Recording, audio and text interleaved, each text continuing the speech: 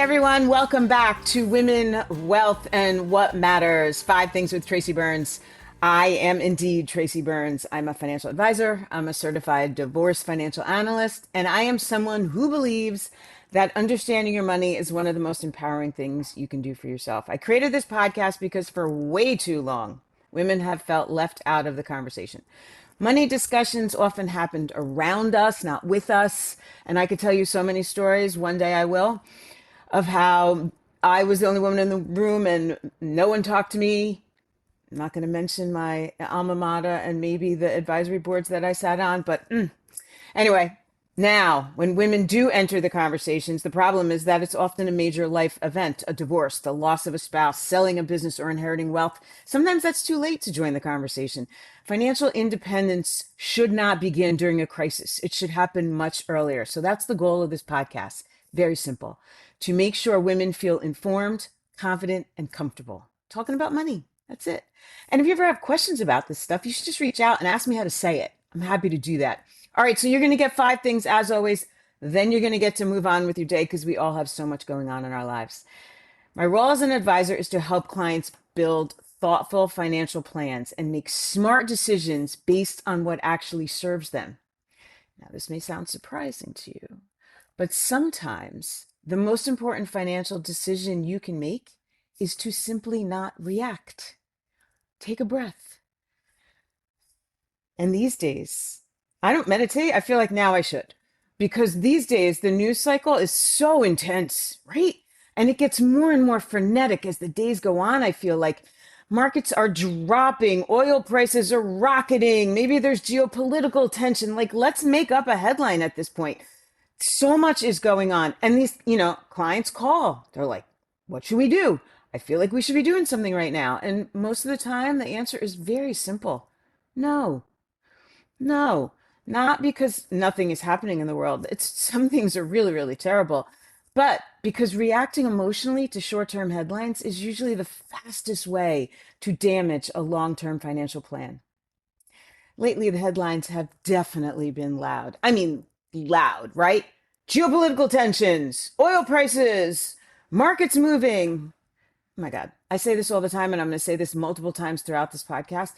Just watch the Food Network. You are better off learning how to make like a good puttanesca sauce than you are getting anxiety from the headlines. And we're going to talk about that too, because I have been in media and I'll tell you, this is what they do to make sales. That said, we are going to talk about 5 things female investors should remember when the headlines get loud. Get loud. First thing, and it should have been meditate. But when the headlines get louder, your financial plan should get quieter, meaning it should calm you down because you have a plan. Okay. Headlines are designed to trigger emotion. This is number one. The news industry is built around attention. I have been there. Trust me. The fastest way to capture your attention is to scare the bejesus out of you. I mean, look, there's a reason sex sells, fear sells. Period. End of story.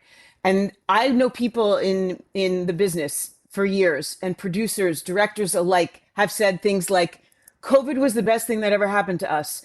Crazy things like that. Why? Because you're peeled to the TV and you want to know what's happening next. And think about the phrases they use. Markets are plunging. Everyone's thinking like, my retirement account is gone. What am I going to do? Investors are panicking. Global crisis. I mean, it's so dramatic, right? My God, somebody should get an academy for these. These words trigger an emotional response on purpose because they need you to sit there and not do anything else but watch. But emotional language doesn't necessarily mean your investment strategy needs to change. The markets move every day for thousands of reasons: economic data, interest rates, corporate earnings, dare I say, a tweet from the White House, geopolitical developments, right? All this stuff can move the markets. If your financial strategy changed every time one of those headlines came out and started blaring in your face, it would become very difficult for you to build long-term wealth. That's not what you want. Headlines are short-term. Your financial plan should be long-term. And as long as the wheels haven't fallen off the bus completely, stick to it. So I often tell clients, like I said, watch the Food Network. Learn how to make a cute frosting for your cupcake that will make you feel better. The headlines on the regular news networks, the business news channels, are scary. They want to freak you out. And if you are freaking out, then they won. Just remember that. Okay, number two, markets have experienced geopolitical shocks before. Trust me, we have been through this. And if you're old like me, you can rattle off a billion of them, quite frankly. When geopolitical events happen, though, it can feel like we're living through something unprecedented. I get that. And it's really scary. And no one wants loss of lives and things like that. But the markets have experienced this stuff before: wars, terror attacks, global crises, political conflicts. Okay, so there's a ton of research out on this stuff, but I pulled research from LPL Financial and CFR, and they looked at more than 20 geopolitical crises since World War II. Now, markets typically decline about 5 to 6% on average during the event, but those declines are usually temporary. Examples include the Gulf War in 1991. Markets dropped. S&P 500 actually finished up 26% that year. After September 11th, of course, the markets fell. They were shut, quite frankly, for a whole week. In 2001, they fell sharply, but again, it was short term. Russia invaded Ukraine in 2022. Again, volatility, but we adjusted and the markets have been up since. So the lesson here, right? Markets need time to absorb the information. Like, so you get that initial shock. It's like when you yell at your kid. They get that initial shock and they're screaming and yelling, and then everybody calms down and they're like, "You're right. I should not have rubbed my lollipop all over the couch." And then we move on and everybody's okay. And that's what happens with these markets. Only now it happens so much faster. The freak out, but on the upside, the return to normalcy. So let it work itself out. I mean, look, to be very honest, if we're talking about what's going on right now in March 2026, it didn't even fall 5 to 6%. It's down, maybe 2.5% since we started this whole thing with Iran and the oil. It hasn't been that dramatic yet. It feels it. I know it does. And again, the headlines are scary and it's 24/7. One of the big differences too between now and, let's call it, you know, the Gulf War, is that our phones blow up every 32 seconds when there's a new headline, and that creates anxiety too. So maybe it's all time for us to take a social media break too. How about that? Imagine. Okay, number three, this one's my favorite. Volatility is not the same as risk. I'm going to say that again. Volatility is not the same as risk. Volatility simply means that prices are moving up and down and you might need some Dramamine to follow them. That's what that means. Risk, on the other hand, is, oh, I don't know, putting it all on red at the blackjack table, right? That is a risk. Risk is investing in something you don't understand. Oh, there's this, my cab driver told me about this great stock. I'm going to put all my money in it. That is not only stupid, risky, right? That's risk. Risk is having too much concentrated in one area. Risk could even be if you work for a company and you've been getting stock and stock options and all this stuff, and you have all this stock in this company. I don't care how great it is. That is risky, believe it or not. Risk is making emotional decisions during stressful times too. We don't want any of that. Risk requires you to take a breath and reevaluate. Volatility, on the other hand, is basically how the market functions. It goes up, it goes down, it moves, and it creates opportunity. That is okay. Sometimes it's more volatile than others, and I understand it could be really scary. But the ups and downs create opportunity. And if we're smart, we take advantage of them. That's it. That's all it is. It's an uncomfortable feeling, but it's not the same as danger, which is what risk is. It could be dangerous for you. Like I said, volatility often is the price investors pay to stay in long term. You have no choice. What goes up does come down. We learned that in like fourth grade science. You need to expect that there will be volatility over the years, and some years more than others. Like, for instance, in 2026, this is an election year. We are expecting volatility for a lot of reasons, but those elections are part of it. And so, again, that's to be expected. That's not risky, though. Risky is calling me one day and saying, I want to put it all in, pick a name. That's risky. And I don't even care if you pick like a JP Morgan. Still risky, still crazy. All right. So let's take a breath when we hear those words. Volatility, not risky. Number four, your financial plan should already account for uncertainty. So this is why I love doing financial plans. We run these plans through, the inside baseball term is the Monte Carlo simulation. Basically what that means is We run this thing, we do your plan, and then we run it through like 1,000 different scenarios. Great years, crappy years, middle of the road years. And we see if, based on all the parameters we put in, are you going to live in a refrigerator box or are you going to survive?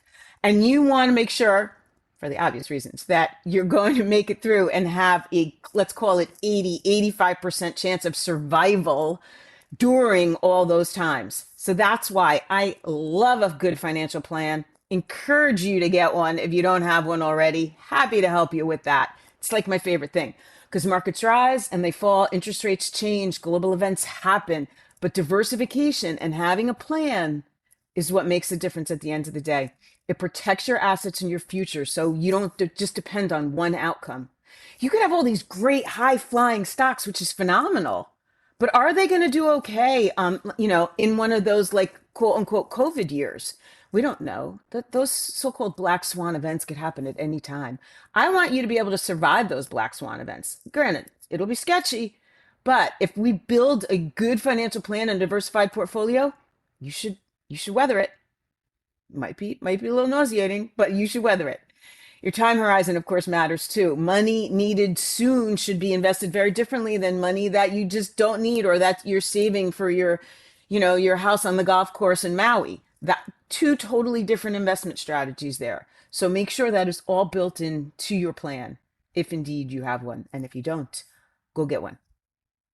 Finally, number 5, calm actually is a financial strategy. Just take a breath.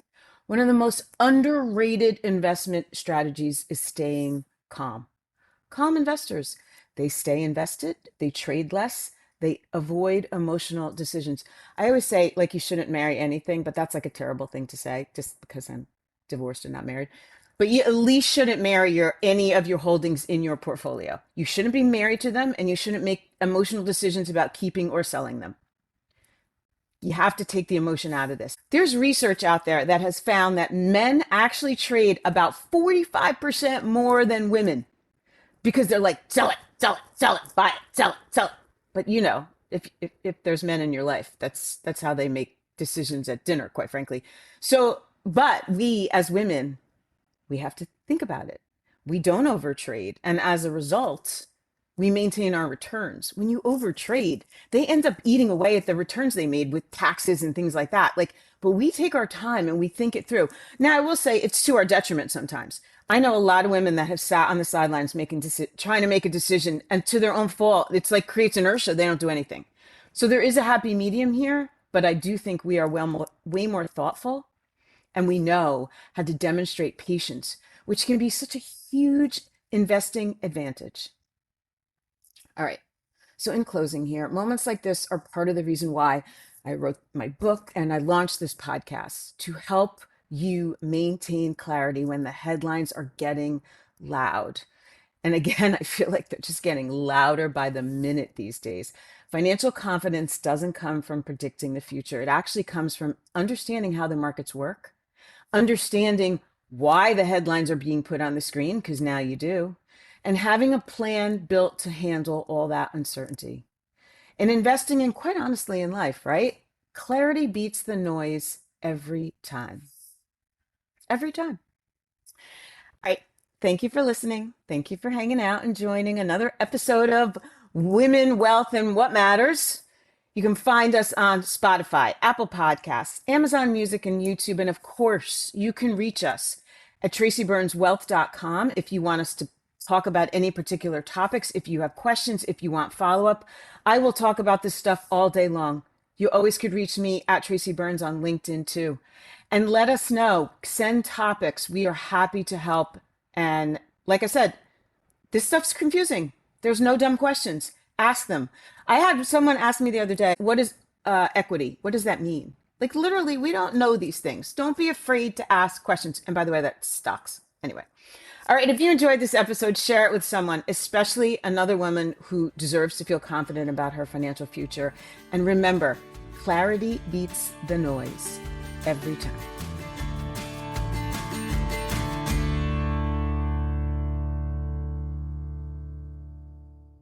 Leventhal Financial Services, Inc. is a FINRA registered broker-dealer. The content of this podcast is intended for informational purposes only and is not intended to be investment advice. The views expressed in this podcast are subject to change based on market and other conditions. Information about the qualifications and business practices of Lebenthal Global Advisors LLC is available on the SEC's website at www.advisorinfo.sec.gov. Information about the qualifications and business practices of Lebenthal Financial Services, Inc. and its representatives can be found on FINRA's BrokerCheck website, which is brokercheck.finra.org.